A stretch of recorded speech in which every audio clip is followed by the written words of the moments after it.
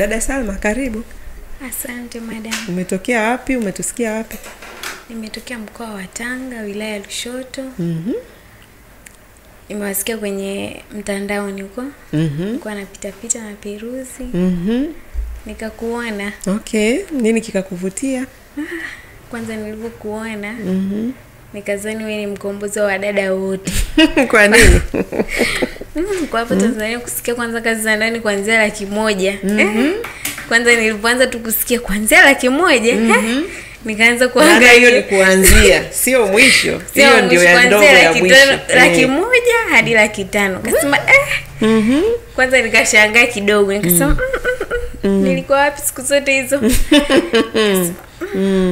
100,000 hadi 500,000. Au watakuwa tu ni waongo. Unajua mtandaoni saa nyingine kuna matangazo mengine yalikuwa ni ya uongo. Nikatulia kwanza, nikasema haiwezekani. Kwa jinsi alivyokuwa anaongea, sasa kama atakuwa anadanganya. Nijaribu kupiga hizi namba kama ni kweli. Nikapiga namba. Wakanipa maelekezo, ni kweli. Wakanitumia na message kwamba kama unataka kuja na maelekezo kila kitu. Kwa upande wangu nilifurahi. Yaani nilipata faraja ya moyo kwanza. Maana nilikuwa chuoni. Okay. Ulikuwa unasomea nini chuo? Nilikuwa nasomea walimu. Walimu. Mwaka wa pili. Okay. Sasa kwa mwaka huu nikaona ngoja kwanza nistishe. Nitafute kwanza hela. Nimsaidie hata mama na yeye, maana analipa ndio ada, lakini saa nyingine unaona anajitahidi, anajikaza. Ngasema ngoja na mimi kwanza nistishe huu mwaka. At least tusaidiane majukumu, kwa sababu ana kipato chochote, anajitahidi, saa nyingine hivyo anakosa. Nikaona ngoja kwanza nikatafute hela, nikitafuta hela zangu, nianzishe biashara zangu, hatimaye nirudi kumalizia. Sawa sawa. Ila sasa kwa mwezi wa kwanza, ule wa pili, wa tatu, nilikuwa sijaingia mtandaoni maana simu yangu kidogo ilikuwa ina shida. Ila siku hiyo nikaipeleka kwa fundi.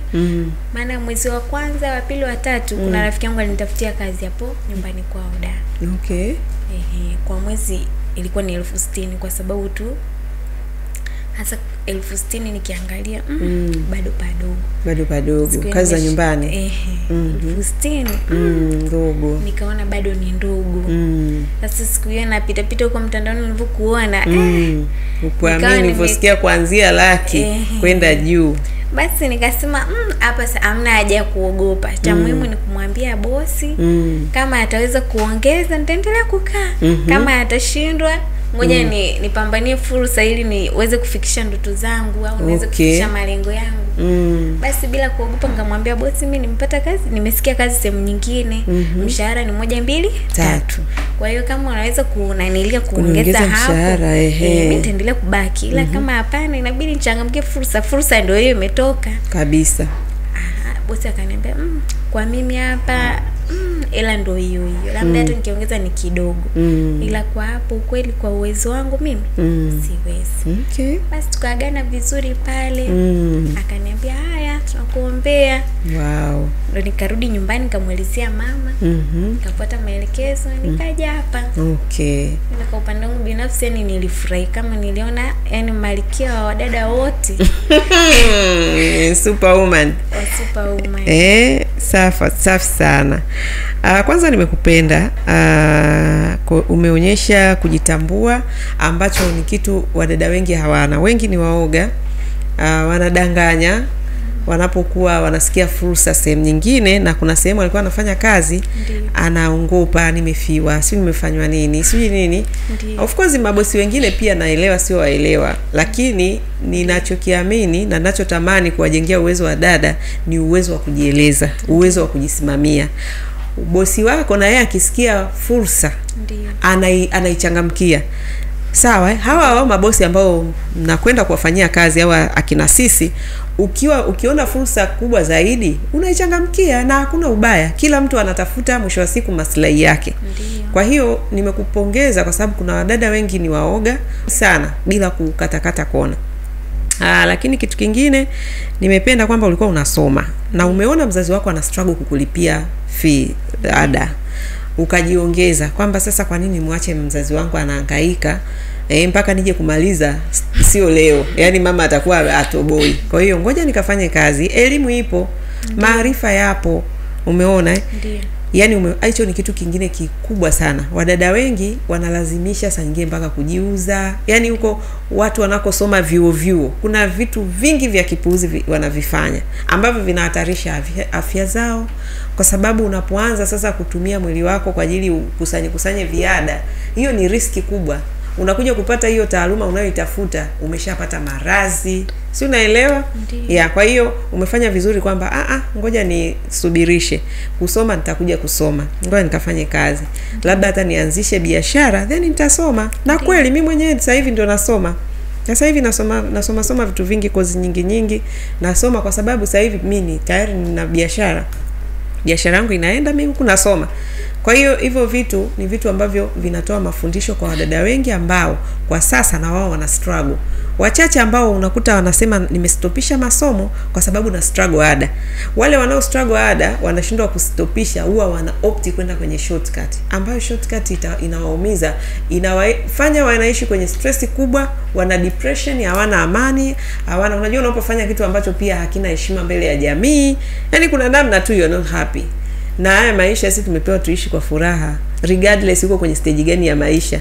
Ukienda kufanya kazi ya nyumbani unakula kwa bosi wako, unalala kwa bosi wako, kuwa na furaha, si ndio?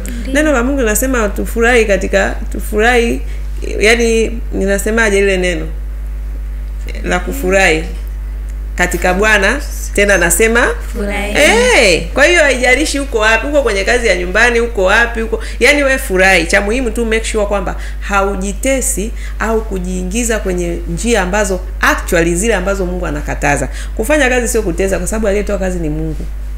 Sawa Kwa hiyo usije ukafanya kazi ukasema nimeamua kujitesa. Hiyo ni amri ya Mungu, kwa sababu Mungu kitu cha kwanza alimpa mwanadamu ni kazi. Otherwise angempa magunia ya hela, si ndio? Lakini kwenye ile bustani Mungu aliweka kila kitu, aliweka na dhahabu, aliweka, maana dhahabu ndio pesa. Lakini bado alimwambia uilime na kuitunza bustani, that means kazi. Kwa hiyo kufanya kazi sio kujitesa. Ila unapoenda sasa kufanya kazi ambazo sio halali, ambazo hata neno la Mungu limekataza, sasa hapo unaongea kitu kingine, na kitakachoambatana na wewe ni laana. Hautabarikiwa, hautafanikiwa. Tuko pamoja? Kwa hiyo dada Salma, karibu sana. Wewe sasa una malengo gani? Nina malengo makubwa tu. Ni muhimu kuwa na makubwa bwana we. Hata mimi mwenyewe bado, yani hapa ndio kwanza naanza, yani picha ndio linaanza. Ndio. Ya kwako ni yapi? Kwanza kabisa, natamani nikipata tu kama kuanzia 600,000 hivi. Nikishazipata hizo 600,000 kwanza, ni maana kwa sasa nitakuwa nafanya kazi. Na hilo ukizipata inabidi uhakikishe kitu unachokifanya either usije kama umepoteza tu hela yako. Kwa sababu nilikubaliana na mama kwamba nikizipata hizo hela nitafungua biashara ya nguo. Na atakuwa anasimamia, kwa sababu na yeye simfanya biashara wa nguo mama. Yuko wapi? Yupo Tanga. Anauza nguo za mtumba za dukani? Anauza vitenge, nguo za watoto. Wow. Taongezea pale, biashara itakuwa kubwa zaidi, kwa sababu atakuwa anafanyaje? Anaisimamia yeye. Maana nikawaza huku nitakuwa nafanya kazi, alafu tena hela naweza ngaiacha tu kwa mtu ama usimamizi mzuri. Siku inaonekana tu nimefanya kitu ambacho hakina manufaa, ile imesha kupotea. Yaani ni kama tu hamna kitu.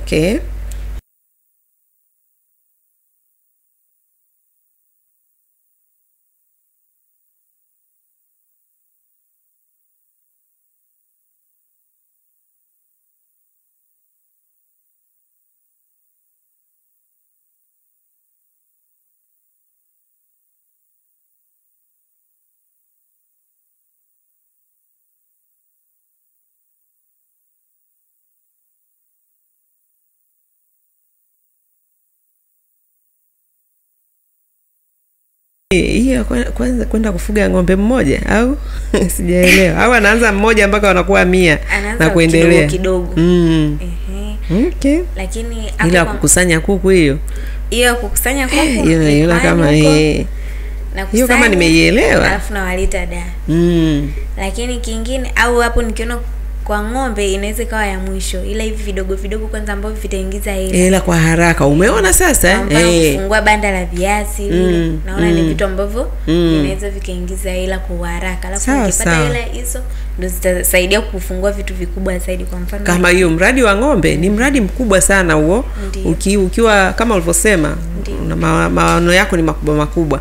Kwa hiyo kuna zile zinaitwa ranch zile kubwa zile zinakuwa na mang'ombe 1000 ngapi. Kwa hiyo huo ukiwa ni mradi wako mkubwa, lakini kuna hii miradi ambayo inakuingizia nini hela zinazunguka kama hivyo, kwenda kukusanya kuku, kuwaleta mjini kuuza, si ndio? Huko mama sio anauza nguo, sawa. And then huo wa ng'ombe nafikiri ni mradi pia, lakini unaohitaji ujipange, sio hela kusubiria kwa sababu mpaka ng'ombe umlishe aje akue akomae uuze. Lakini ukienda hapo kukusanya kuku na kurudi ndani ya wiki tayari na umewauza. Kwa hiyo inabidi biashara zako hizo zote ni nzuri, hakuna biashara mbaya, ila vipaumbele. Umeona vipaumbele ni sawa na mtu ambaye anasema natafuta hela nijenge kwanza, alafu ndio nije nitafute mtaji. Sasa wewe unaona ipi ilitakiwa ianze, kujenga kwanza au mtaji kwanza? Mtaji kwanza ili wakati biashara inazunguka ndio ujenzi unaendelea. Lakini wewe unaanza kujenga taratibu mpaka uje umalize ndio uje ukusanye, yani unakuwa miguu nini kichwa chini miguu juu. Umeona? Nimefurahi wote hapa ni wafanya na akili za biashara. Basi dada Salma, ongera kwa sababu anasema mwanamke mwenye ndoto, mwenye maono, ana juhudi kwa sababu anataka kutimiza yale maono yake, na lazima atafika mbali, kwa sababu hata kama anaanza na kidogo, ipo siku atanyanyuka. Na mimi hapa ni mfano halisi. Nilianza na kazi za ndani na sasa hivi kama mnavyoniona mahali nilipofika ni hatua kubwa sana, namshukuru Mungu, na bado nina maono ya kufika mbali zaidi hapa. Kwa hiyo muhimu unapoona mtu ana maono, yani jitahidi, cha kwanza anza na maono. Yale maono kama kweli unatamani ndani yako kuwa mtu huyo piga hiyo picha kwamba nataka kuwa mfanya biashara, nataka utafanya juhudi. Wengi ambao hawana juhudi ni watu ambao hawana maono. Kwa hiyo kitu kidogo tu anaona kanyanyaswa, sio kaonewa, sio kafanyaje, kila kitu kwake ni shida. Lakini mwanamke mwenye maono anakuwa na juhudi, na ukiwa na juhudi hata kama unaanzia zero lazima utatoboa. Kwa hiyo dada Salma, hongera. Mungu akusaidie ili uweze kutimiza ndoto zako. Asante. Haya.